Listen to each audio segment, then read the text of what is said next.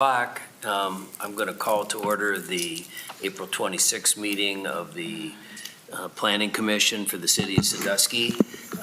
If we could have the roll called. Jake Castile. Jim Jackson. Here. Pete McGorry. Here. David Miller. Here. Steve Pajali. Here. Connor Whalen. Here. Mike Zuloff. Here. Guess we have a quorum. I don't think we need to say anything about Ms. Castile's absence as far as excusing her. So, all right, I'm going to move to the next order item of business on the agenda. Motion to approve the minutes, Mr. Chairman. Thank you, Mr. Zuloff and Mr. Pajali. Been moved and seconded. All in favor, say aye. Aye. Any opposed? Minutes approved. Next item on the agenda is an adjudication hearing for an application for a similar main use permit at 1702 Campbell Street to allow multi-family use for residential condos. At least that's the way it's described. In any event, I would ask that staff educate us on that a little bit. Sure thing. And before that, Brendan, for clarification, do we have to have a swearing-in process if it's an adjudication hearing? Yes. Okay. Okay. So anybody that plans to testify, should we do it on any of the? Yeah, because there's two adjudication There's hearings, two. might as well cover it at once. So the second one is for an application for a conditional use permit at 1206 Hayes Avenue. So anybody that plans to make a statement or testify as to either of those two items on the agenda, if you would stand and raise your right hands and be sworn in. I guess you can remain seated. I'm used to saying stand. But okay. And would you state your name, please, both of you? Do you have to All say three your of name? I you. think Would it you just two first? say, Jeff Craybill. It's fine. Nebula White. Okay.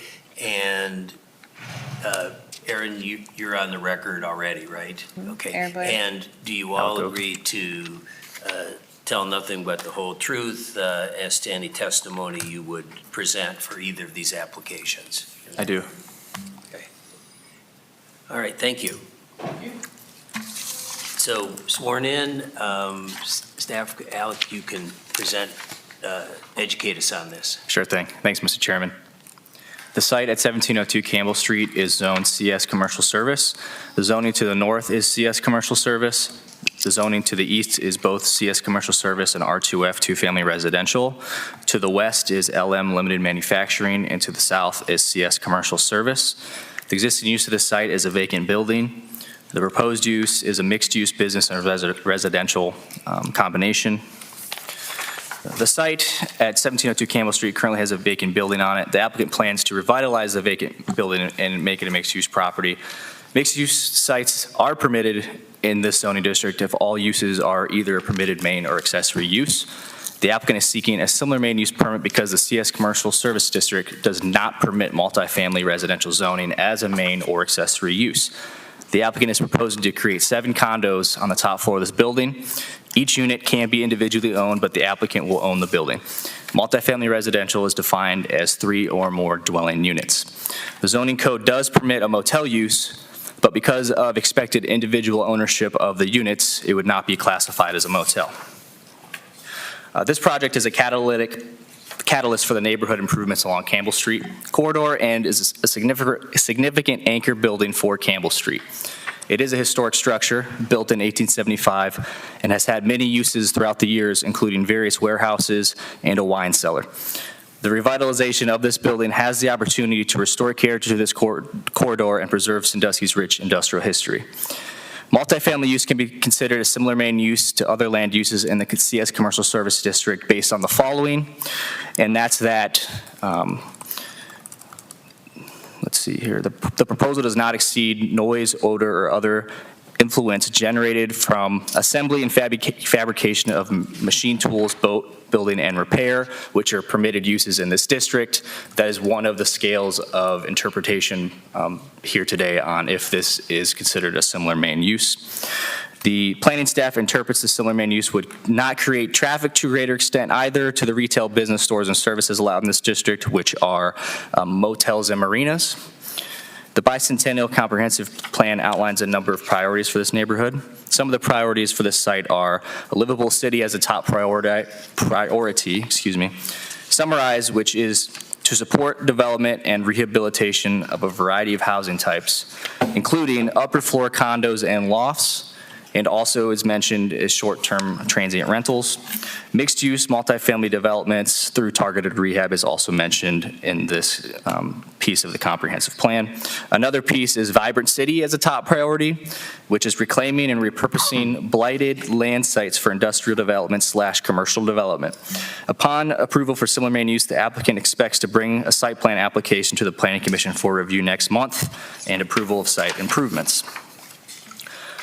Based on talking with other departments, the building department and code compliance department both had similar concerns, and that's if, for whatever reason, this building was not condoized, they would have to meet the state regulations for transient units that are 6 or greater, which would make this site a hotel use, and therefore would have different regulations through the state. That was erring on the side of caution, just in case the condos didn't happen. Aside from that, there was no concerns with this request. Staff recommends the approval of the proposed similar land use at 1702 Campbell Street with the following conditions, and that's that all applicable permits are obtained through the Building Department, Engineering Department, Division of Planning, and any other applicable agency. Thank you. Thank you, Mr. Oakes. Mr. Crable, do you wish to speak on this matter, this application? I certainly can.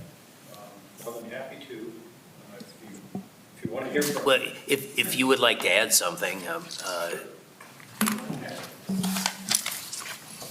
Yes, please state your name and address.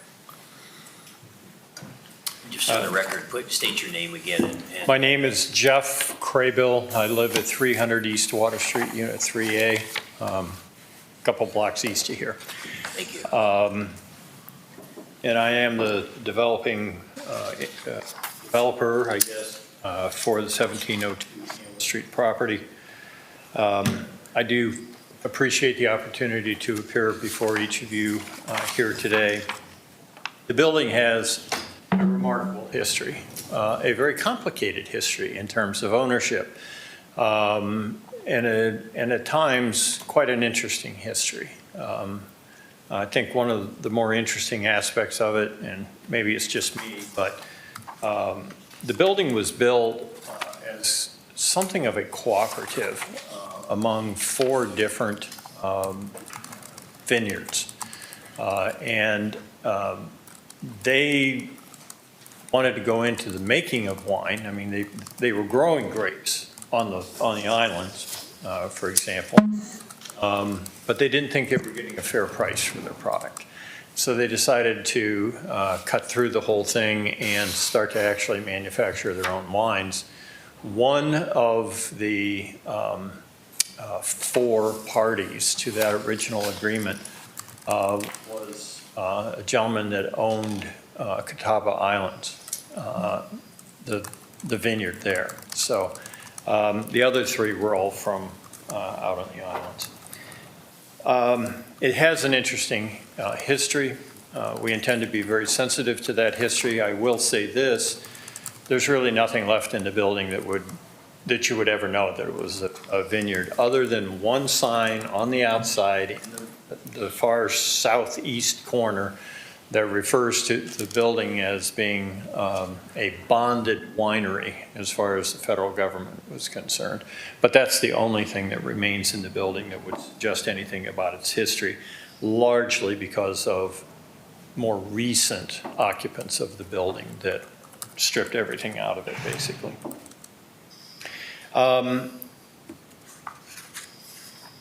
I urge your acceptance of this so we can keep moving forward.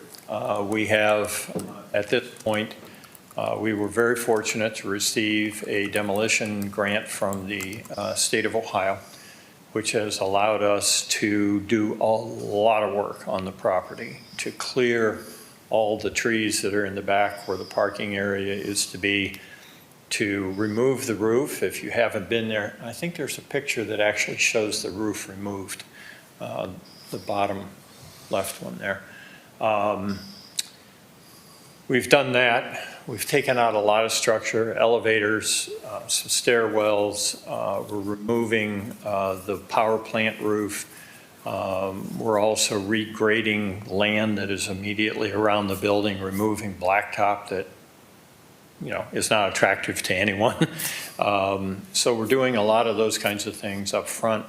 That work we anticipate will be done in fairly short order. Probably by the 1st of June would be my guess on that. I hope my reputation goes before me. I like to do quality projects, okay? You're all familiar with Lakeview condos. That was one of mine. More recently, just completed what we now refer to as Lorley's Legacy House over on Hayes Avenue. It's the blue and white house across from the hospital's parking deck.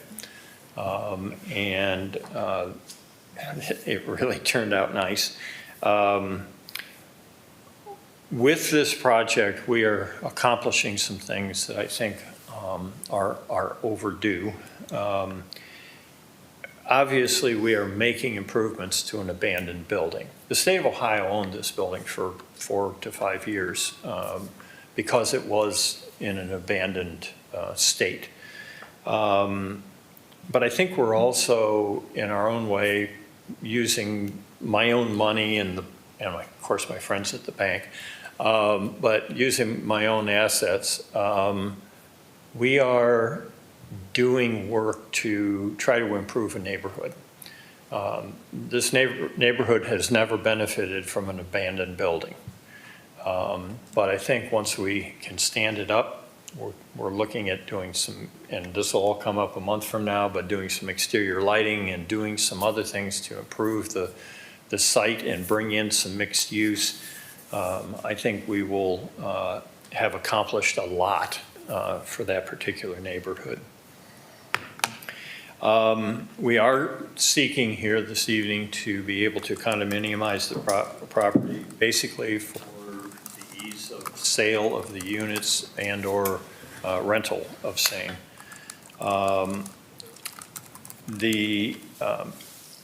trying to think what else has not been addressed.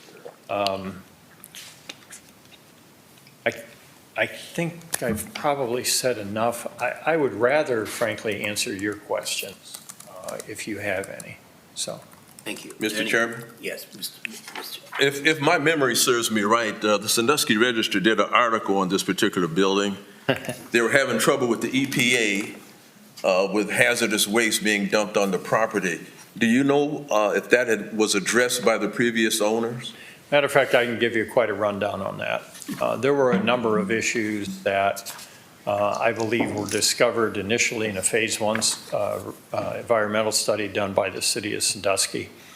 One was that when the owners decided to just stop doing business, they literally walked away from the building, locked the doors, and never returned. And unfortunately, what was discovered inside were multiple, over 4 dozen 55-gallon drums of solvents and the like. Nothing was dumped on the property. Nothing was free-flowing inside the building. They were all contained. Unfortunately, though, because somebody had removed a pipe going through a roof, they were standing in water. And I don't know the exact dates and all, so I apologize for that. But the state of Ohio, working with the Ohio EPA, and I believe the US EPA, they removed all of those barrels. All that material was discarded, however appropriately that the US EPA does those things. The only exception was that there were 2 barrels that during the time that Citizens Bank owned the building, prior to the state of Ohio owning it, they had sold 2 barrels. to somebody. So that was the lone exception to that. There were a couple of other things, though. At one time, there had been asbestos floor tiles, the 9x9 floor tiles. Those had been removed. There was asbestos pipe wrap on all of the heating pipes in the building. Steam heat was what was being used. That was removed, I believe, later in the ownership of Ultimate Industries. Could be wrong on that, but I think that's the time frame that all of that material was removed. And then there was one, this is full disclosure, I'm giving you more information than you even asked for. There was one location, because they had drilled during a phase 2 study, I believe, they had drilled all the way around the building to see if there were any chemicals that had leaked or anything that we needed to be aware of. They did not find anything except in one location, and it was off the northeast corner of the building. It was a 10-foot by 10-foot area, and it had lead and arsenic, I believe, were the two heavy metals in that hole that was there. It's speculative, but we believe that it was probably the result of cleaning out the boilers because they were coal-fired, and the burning of coal tends to consolidate heavy metals.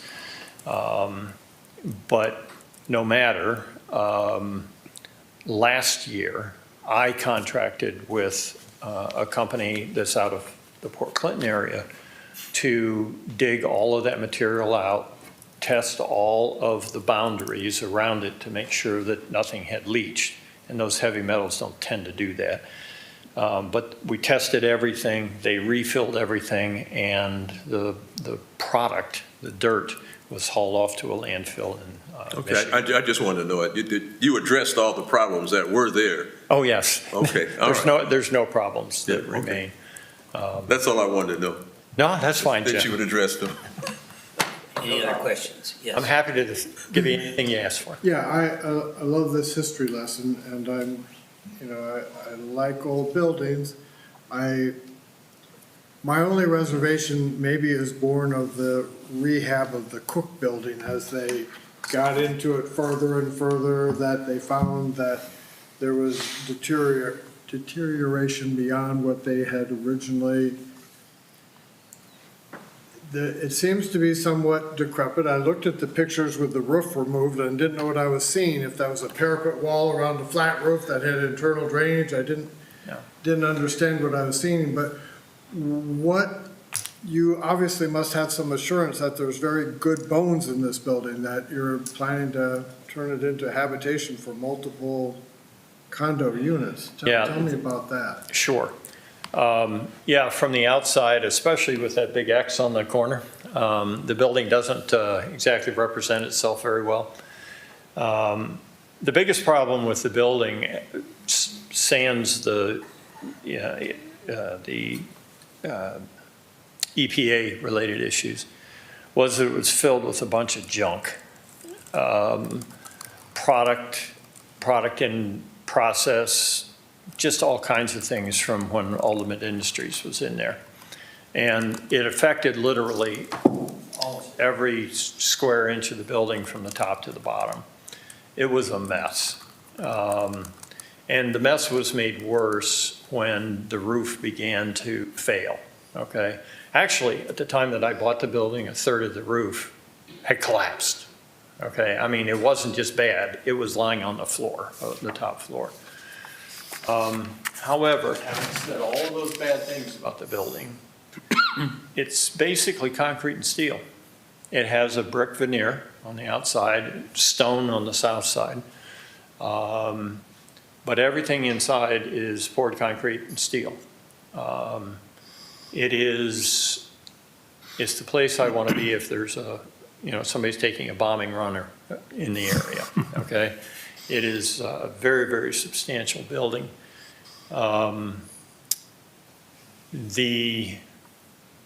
the roof, the remaining roof that was there, was not in good shape. Okay, it had its own issues. It was sagging in places, and it just wasn't a good situation. So we took it off when we did the rest of it. I wasn't going to put anybody in that building under that roof, okay? So we now have let a contract already to put a brand new roof on it. As a matter of fact, the masons are working now just to prepare everything for the roofing contractors. That work will be done by the end of July. Thank you. I'd love to show you anytime. I'd love to see it. Mr. Chairman, I'm kind of hoping that we make sure we allow enough time for anyone who else is here to make comment on it before we Okay. get the... Actually, nobody else had raised their hand to get sworn in. Did you? I think we did. She's on the second. Oh, okay, very good, thank you. All right, Application. very good. All right, because I didn't have any more questions other than commenting that I can't disagree that the applicant has a strong track record. I'm excited that we're doing something positive with a building that is, in my eye, to my eye, is a pretty neat building, has pretty neat history. This is such a great example of adaptive reuse where you're finding a new use for an historic building rather than tearing down building new. It's just, there's no faking it. This is, we're keeping some of our legacy alive here, and I'm excited about this for Sandusky. Mr. Chairman, Yes, Mr. Pajano. I would just like to say that this is an ambitious project, and I think I would label you as an urban pioneer. I'm glad you're doing it. When I was with the county, we had the land bank, we had 4 or 5 people that had a lot of interest in that building, but we could never quite get it going. So, and I won't bore everybody around the table with more history, I know but some of them. I'm glad you're doing the project. Any other questions? Mr. Chairman, Yeah. a motion to approve the application. Thank you. Second. Moved and seconded. Guess we'll call the roll on this, please. Do we need to close the hearing before we vote, or? No, you don't need to close it formally. Yeah, okay. Go ahead. Anyway, sorry. That's okay. Jim Jackson? Oh, sorry. Yes. Mike Zuloff? Yes. Pete McGorry? Yes. Connor Whalen? Yes. David Miller? Yes. Steve Pajali? Yes. Unanimous. Congratulations, and I too am pretty excited about that. I like old buildings, and I can't wait to see it done. I have a huge soft spot in my heart for the old buildings. I'd much rather restore one of those, make something of it than structure. Because a new structure will never last as long as this building will, so. Yeah. Anyone that ever wants to go through, call me. I am more than happy to show you through the building. All right. Well, I Thanks, think we'll Jeff. take you up on that. Thank you. Moving on to the next item on the agenda. Ms. White has filed an application for a conditional use permit at 1206 Hayes Avenue to allow transient occupancy in a local business zoning district. And staff, it's pretty clear what was put in our packet, but I'll let you go ahead and, Mr. Oakes, and educate us a little more on that. Sure thing. Thanks, Mr. Chairman. This property is zoned LB local business. The surrounding zoning to the north is LB local business. To the east is R2F two-family residential. To the south is LB local business. And to the west is PF public facilities. The surrounding uses of this site are both residential and also public facilities with the hospital. The existing use is residential. The proposed use is staying residential, but specifically transient rental.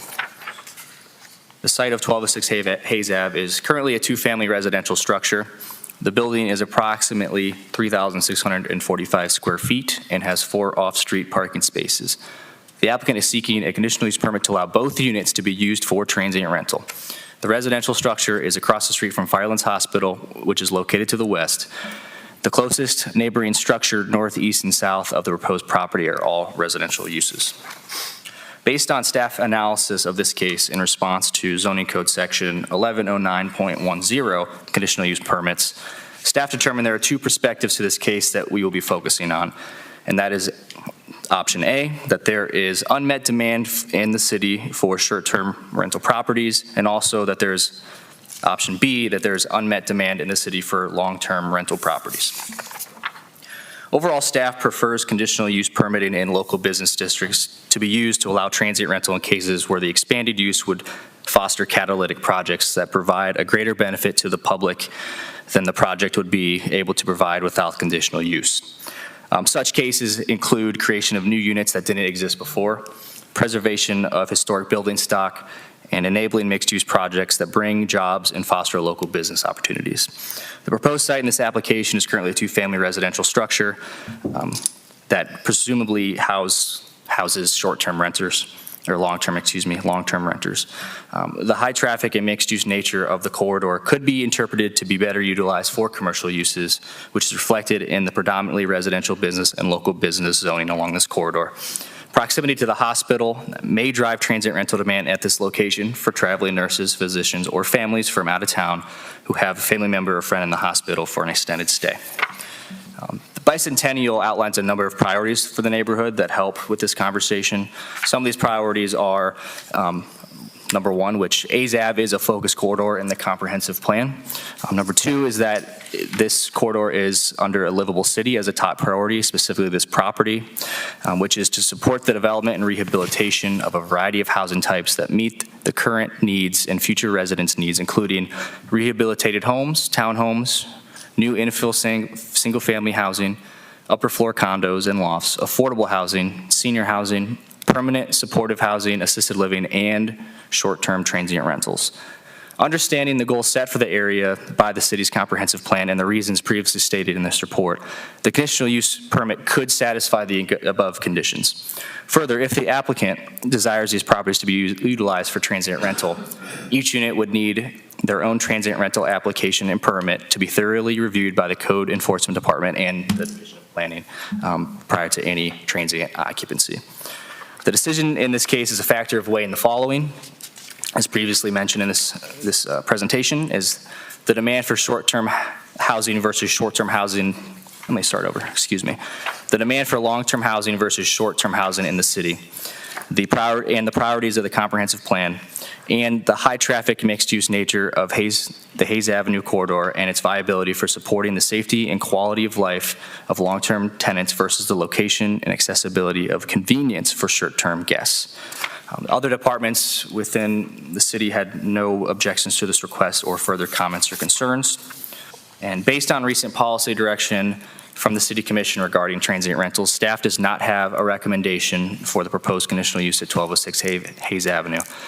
If the Planning Commission were to approve the conditional use, staff recommends it be accompanied by the following conditions, and that's that all applicable permits are obtained through the Building Department, Engineer Department, Division of Planning, and any other applicable agency, and also that the project does not exceed the proposed 2 transient units stated above. Thank you.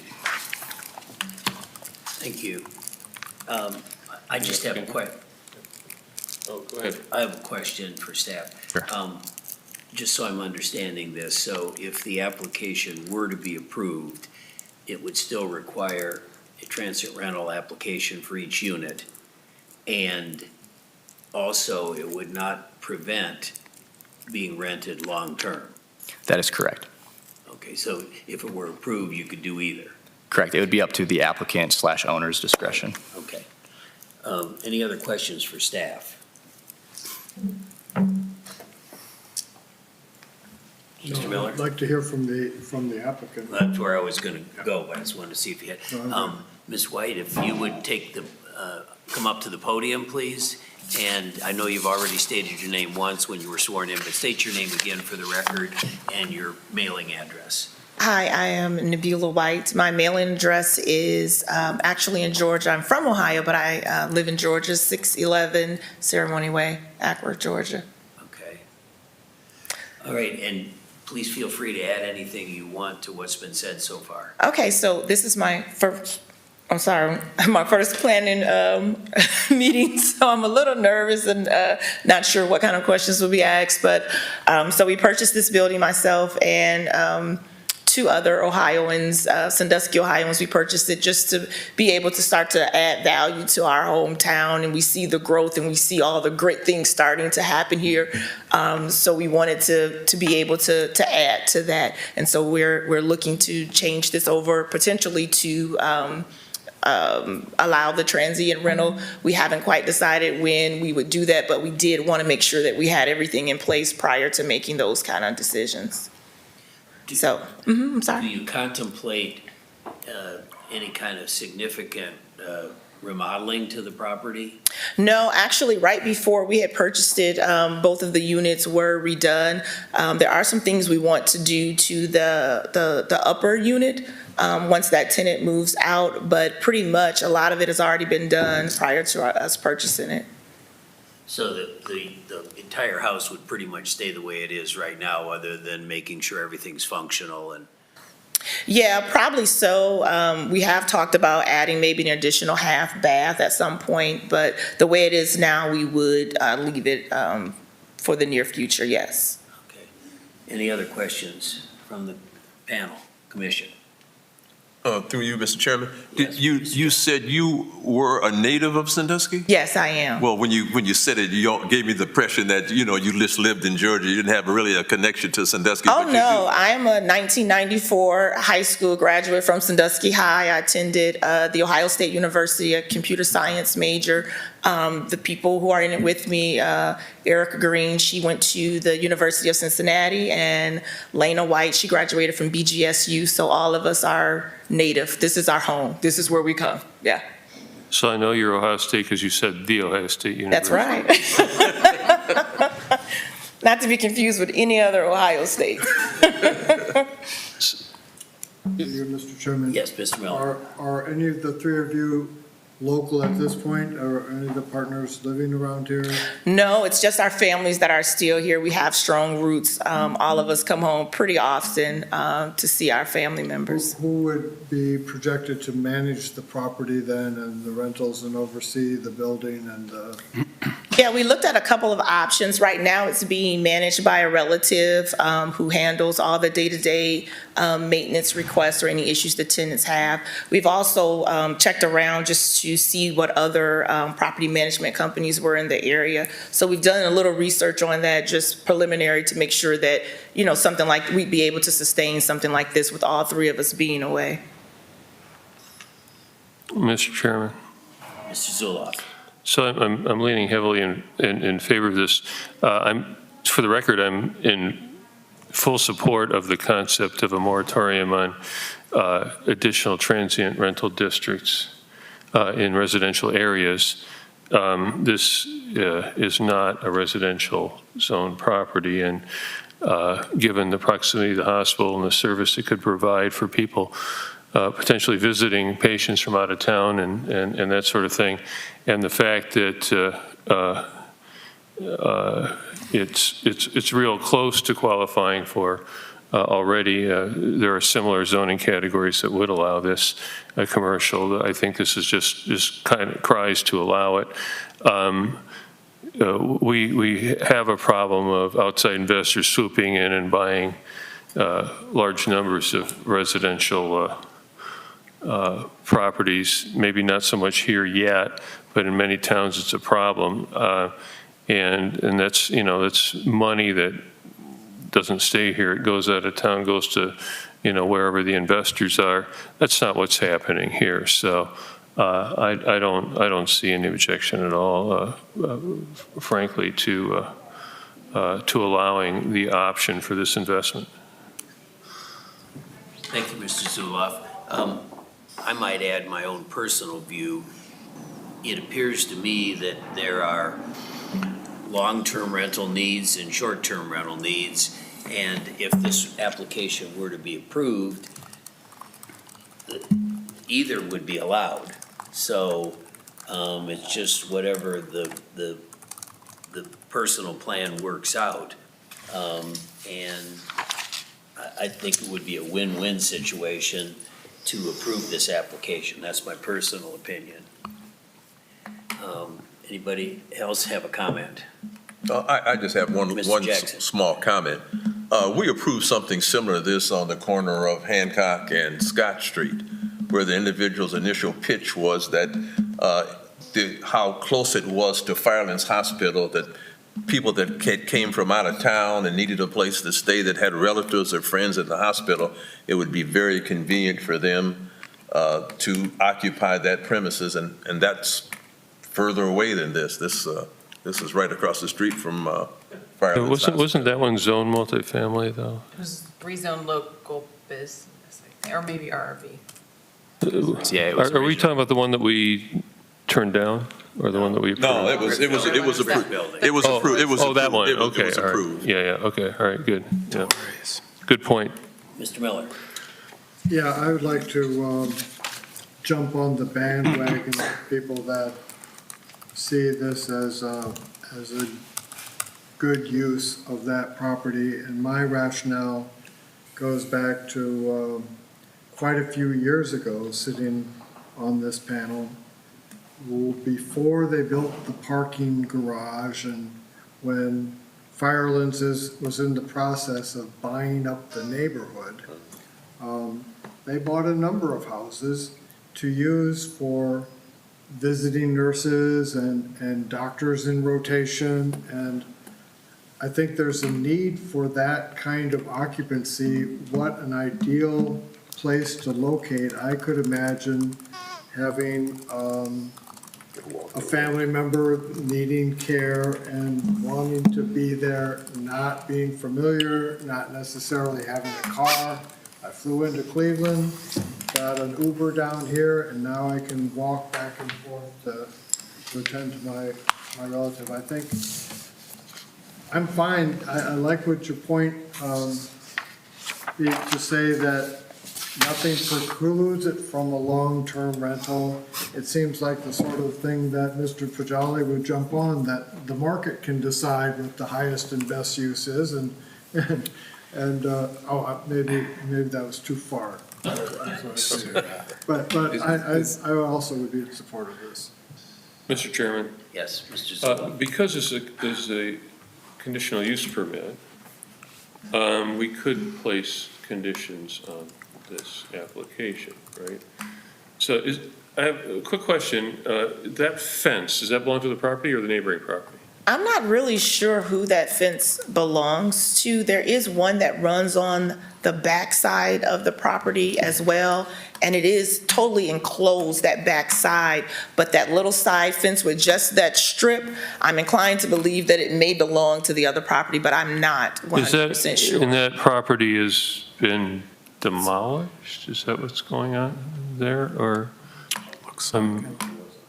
Yeah, I think there was. Yeah, so who owns that property? I am personally not aware of who owns that. Yeah, I would, When I looked it up, it was one of the doctors at the hospital. I can't remember the name, but at some point we were looking at who owned that land. well, if it belongs to the property, I mean, I would strongly advise and might even condition this on removing that fence. Would love It's a bit of an eyesore.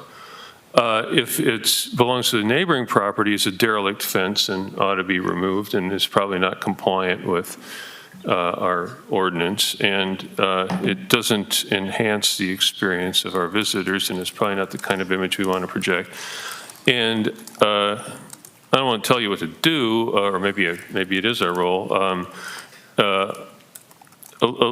Paving the driveway would go a long way to the appearance and the impression that visitors will get from the experience, and probably raise the value and the reviews that you would get if their feet stay dry in a rainstorm. So I'm almost, I would, I don't know, I might be alone in suggesting that we condition it on paving the driveway and getting rid of the fence if it belongs to the property. Because the return on the fence on the end turns the other way, I suspect it might be, might belong to the adjoining property, but, and without presuming that our law director is an expert in Ohio fence laws, which are kind of crazy sometimes, not just in how they apply, but when they apply.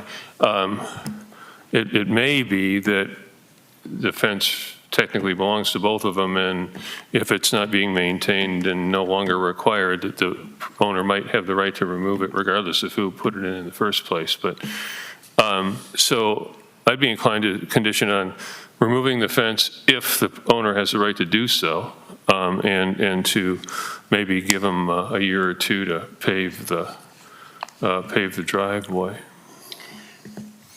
I'd like to make a motion. I would move that the application be approved, subject to the suggested conditions, only suggested conditions by staff, which is that all applicable permits be obtained through the building department, engineering department, planning department, and any other applicable agency, and that the project does not exceed the proposed 2 transient units stated above. Well, that's one way of disagreeing with me. I'll second it. Mr. Crable, this is a hearing, and Mr. Crable seemed to have a comment. Do you wish to speak?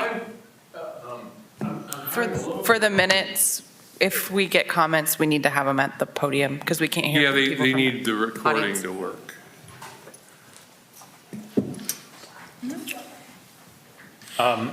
I'm having a little trouble placing this, and sometimes there is a plot map that comes up, and it's up there for such a short time, I can't possibly make sense of where it is.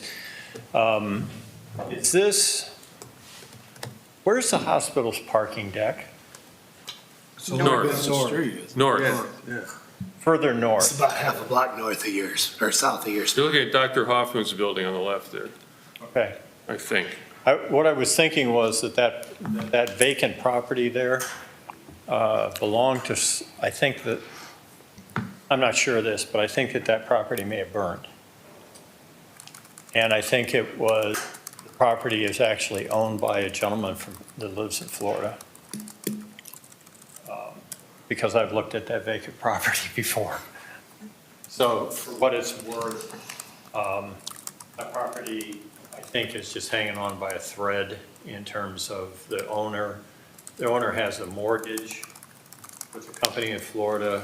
He keeps making payments, but he doesn't have any intention of doing anything with the property. $2 million. We have a motion, we have a second. Yeah, we had a motion, we got a second. Oh, I'm sorry, who made the second? I did. Okay, Mr. Jackson seconded. So there's a motion on the table, moved and seconded. If we could have the roll called on that. Mr. Chairman. You might allow some discussion on that. Oh, I didn't realize anybody else wanted to speak. I'm sorry. I just Go had a comment. If you go back to the picture with the fence, Sure thing. I don't know how tall that fence is, but a side yard fence shouldn't be more than 4 foot, right? That's correct. So And then- I don't know, that may be more than 4 foot, and you're not supposed to have anything in the front yard unless you got a conditional use or a variance or something. So it may be an illegal fence to begin with. The other thing relative to Mr. Miller's comments, this is the way I think the approach should be made on a case-by-case basis with transient housing, because I think it's easier to control that way. My only thing is we tried to put some restrictions in place on a case-by-case basis, but we failed.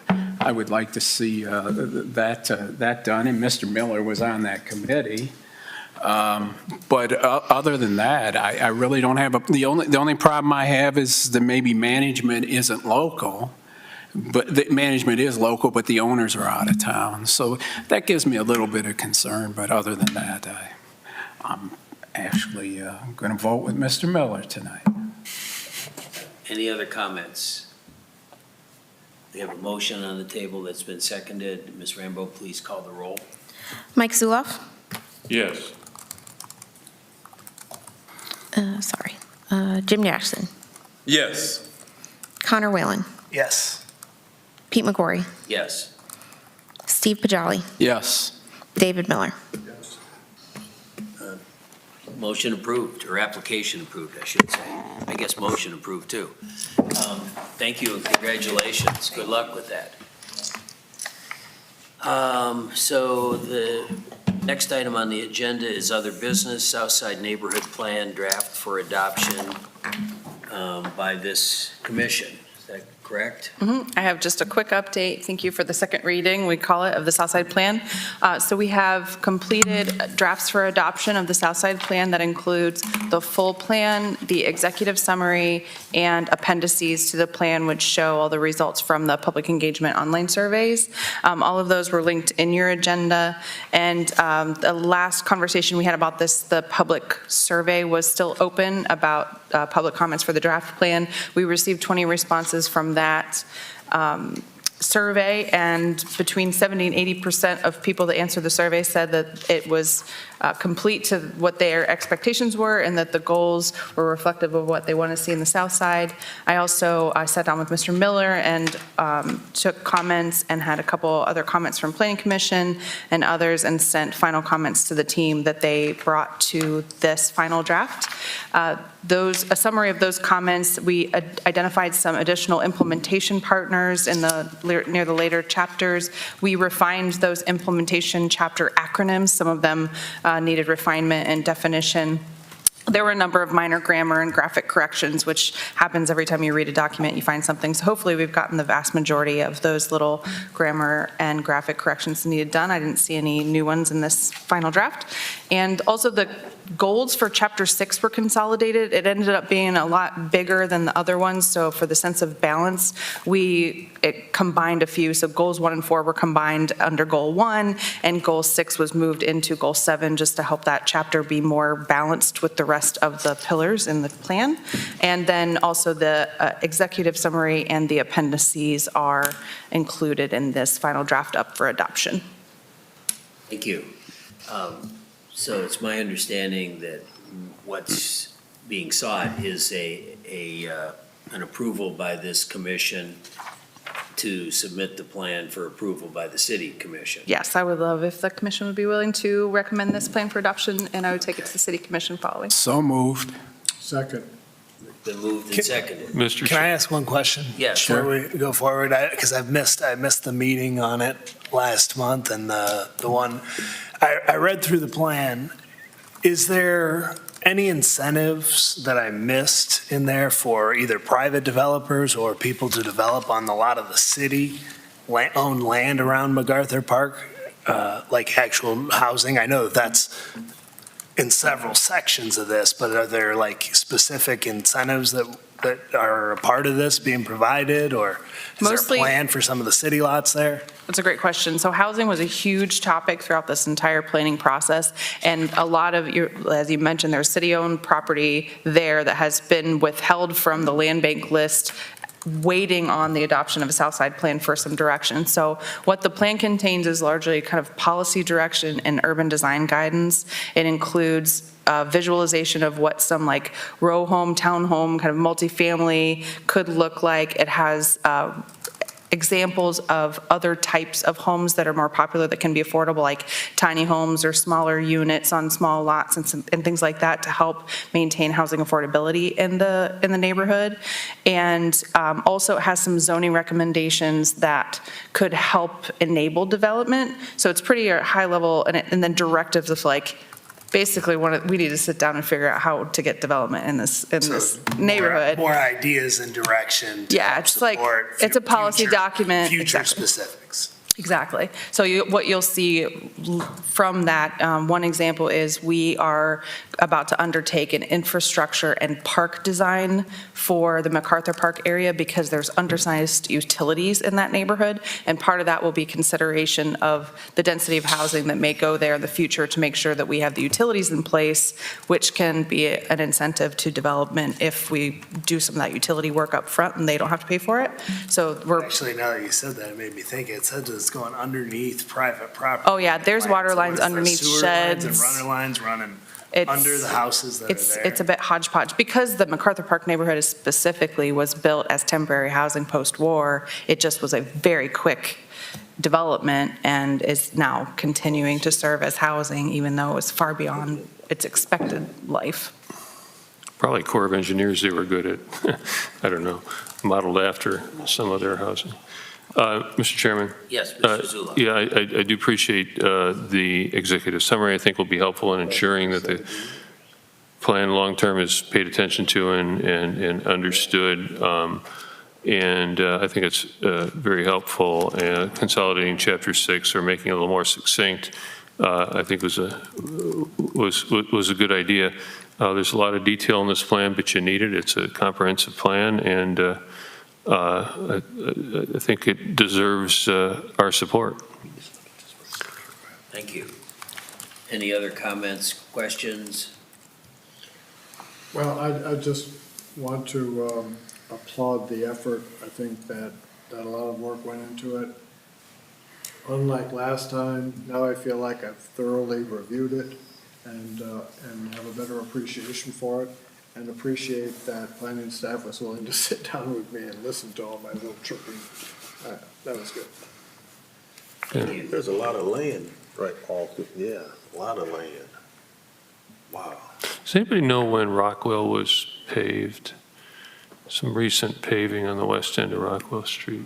Mr. Snyder could probably recite that from memory. He's managed the streets repavements for the last couple of years. Yeah, I don't know. Okay. Do we, so we need I'll call a roll on the motion to recommend that the plan be submitted to and approved by, or for approval by the city commission. so we're recommending that the city commission approve this. What was the, can somebody read back the motion, please? Can the clerk read back the motion, please? I took it as Yeah, I to think, recommend to city commission for approval. Recommend the city commission do what? For approval. For adoption. Of the, okay, thank you. Okay, so to be clear, I believe the motion in the second was what was just said, to recommend for adoption by of the plan by the city commission. Yes. Any further questions or comments on that motion? Hearing none, I guess we'll call the roll. David Miller, Yes. Steve Pajali, yes. Pete McGorry, Yes. Jim Jackson, Yes. Mike Zuloff, Yes. Connor Whalen. Yes. Motion or application approved, I guess. Good. Mr. Any Chairman? other business? Yeah. Yeah, if I may, I have a little update. Sure. A couple things. The Battery Park rezoning, the PUD rezoning, was passed by City Commission on Monday, April 24th, so this past meeting, if you didn't see that. So now the developer has 18 months to bring their final development plan back to this body. That final development plan will be the final piece of the rezoning, so assuming that you would approve that. And it's subject to all the conditions that we put on it when the preliminary plan was passed. When they bring the final plan back, that's such a big plan. Are we going to try to go over this at one of our meetings, or we're going to have more time to look at the plan? I'll probably do the same thing I did with the preliminary when we get the documentation, and I'll have open office hours so you can come see me and we can look through it. So you're not seeing it for the first time on, here when you're trying to review it. Like you said, it's a huge plan. It'll have a lot more detail too, a lot more architectural detail and in the final development plan. It's very exciting, at least in my opinion. Mr. Chairman, Yeah, Mr. Zullo. for the good of the order, I'm going to whine again about the amplification in this room. Mr. Pajali, when he was leaning into the microphone and the amplification equaled his voice volume, the latency created an echo, created distortion that made it impossible to hear. The moment he leaned back, we got less amplification and I could hear his voice clearly. He didn't speak louder.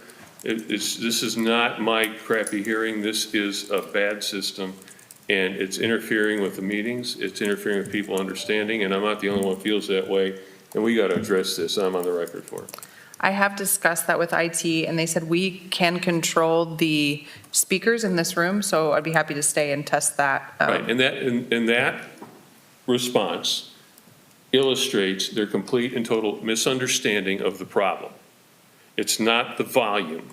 Unless, if you turn it off, you can hear better in here, at least more uniformly, than when it's on. There are nodes, places where you just can't hear. You can ask some of the city commissioners too.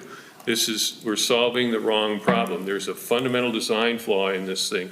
There's a latency where the amplification is delayed by several milliseconds, and that distorts the sound when the amplification, if you happen to be in a place where the amplification volume equals the speaker volume, it's so distorted, it's very difficult to hear even with someone with normal hearing.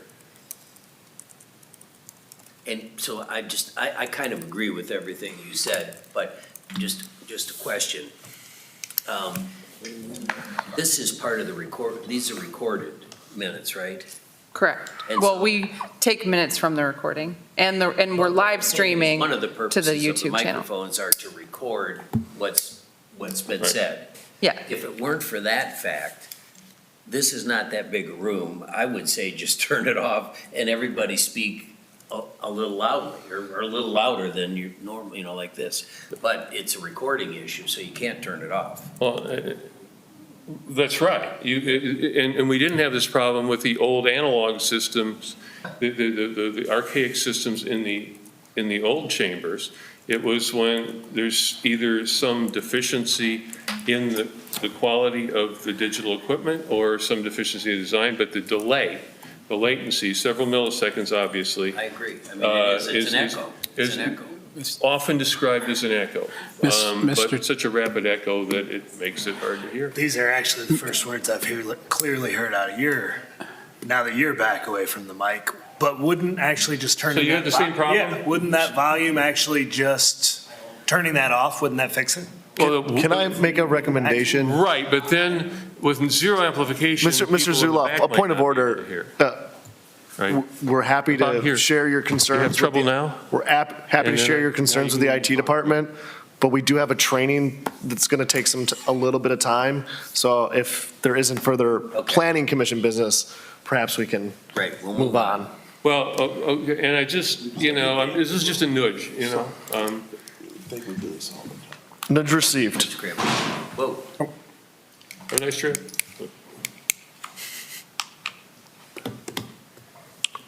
Okay. I had just a couple things I was going to mention. So the Sandusky Education Foundation is leading a fundraising campaign to purchase hopefully several of the balancing sculptures you can find around town. It's called the Over the Horizon of Lake Erie exhibit.